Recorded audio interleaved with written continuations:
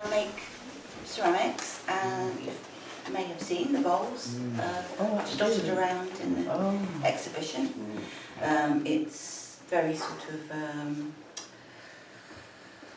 strong, durable clay. It's got a bit of... So what I'm doing now is literally just doing something really simple,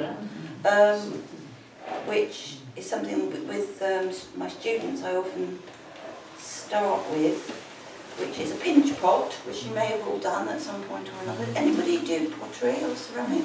You did it a bit in my classes. Oh, Yeah. it's soft. It's soft. Yeah. So Jackie, if you use porcelain, is that a finer?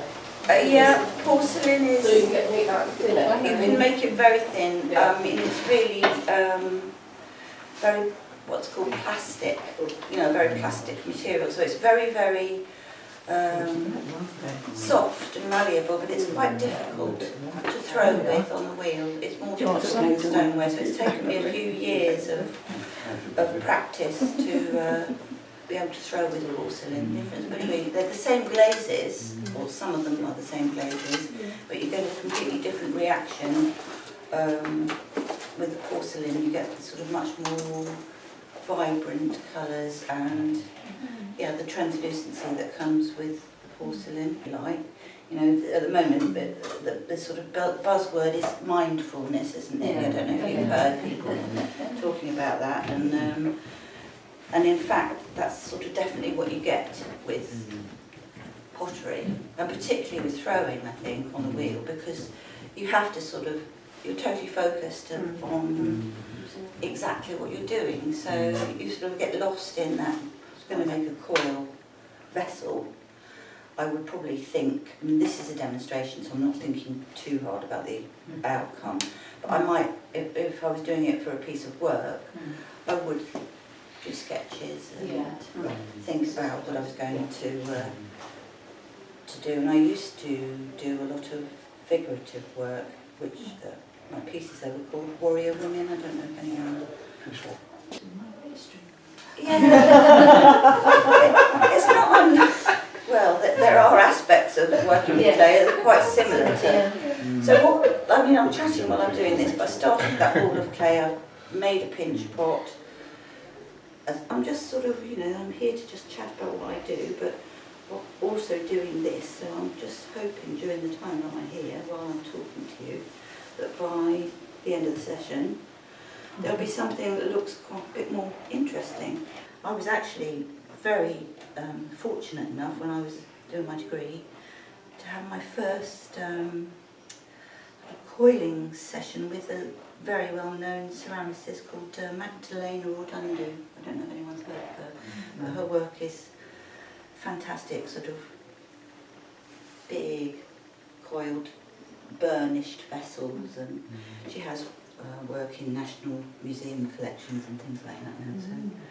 So Jackie, do you go out with a sketch pad and just sketch things that inspire you? Yes I do. How do you keep it damp so it's still pliable? Will it dry out? Just use, at this stage, I'm going to go as much as I can today, and then it will get to a point where it's too unwieldy, leave it uncovered, and I do this with some of my students' work as well. Leave it uncovered for an hour or two, depending on the weather. When it's very warm, dry weather, it's quicker. But just leave it uncovered and then cover it with plastic so that the plastic's actually touching the clay. I started seriously in the late 80s.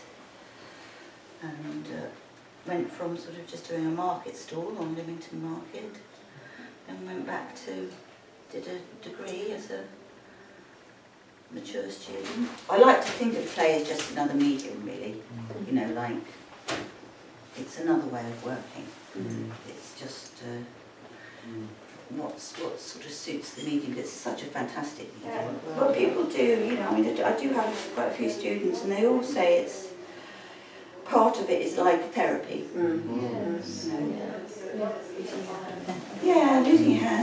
Using your hands and not, you have to concentrate on what you're doing, really, so you're not thinking about all the... And is it very process then to get Yeah, that's what I want to know. Yes. Yeah. Well, yes, I suppose in a word. I mean, the kind of work that I do is always a bit experimental. So I mostly make my own glazes, and now I know, after a few years of making this sort of body of work, this type of work, I do know to an extent, what glaze does what, but it's how they react and interact with each other. So what are the glazes made with? All sorts of an element of a fine clay, either broad clay, china clay. So it's things that one, it's got a silica content, which is like glass really. So either flint or quartz, and then it has a flux, something that makes it sort of flux, and then things that keep it stable. So there might be dolomite, or china clay, flint, dolomite, zinc oxide, soda feldspar. Those are all in my transparent glaze. And then that very bright blue, Yes. that's got a lot of barium Oh yes. Yeah. carbonate, Yeah.